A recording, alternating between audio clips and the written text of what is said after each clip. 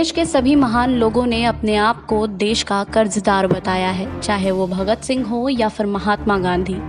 देश के महान वैज्ञानिक और देश के पूर्व राष्ट्रपति अब्दुल कलाम आज़ाद हो या फिर दुनिया के महान अर्थशास्त्रियों में से एक और देश के पूर्व प्रधानमंत्री मनमोहन सिंह।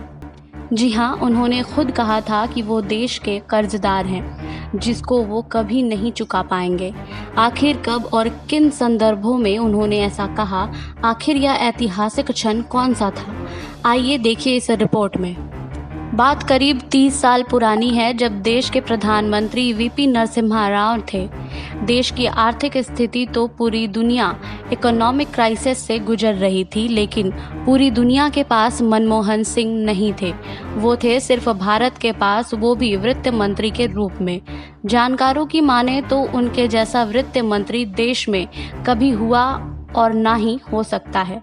उन्होंने 1991 में कर दिखाया वो कोई नहीं कर सकता। खासकर उनके बजट भाषण ने भारत की हैसियत, तकदीर और वर्ल्ड इकोनॉमी में जगह तीनों चीज़ें बदल कर रख दी है। इस बजट को उदारीकरण के नाम से भी जाना जाता है, जिसने देश में आयात और आसान बनाया, विदेशी निवेश को बढ़ावा दिया और देश की सरकारी कंपनियों को आर्थिक रूप से मजबूत बनाने का काम किया।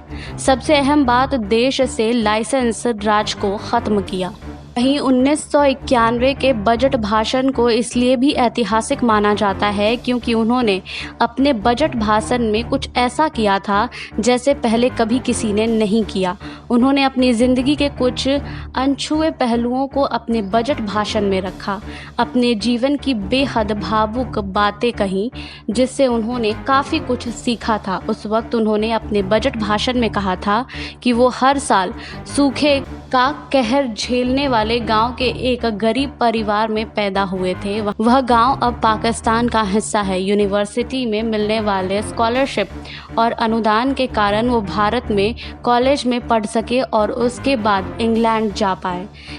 इस देश ने मुझे बेहद अहम विभागों का कार्यभार सौंपकर उन्हें सम्मानित किया। यह वह कर्ज है जिसे वो कभी नहीं चुका सकते हैं।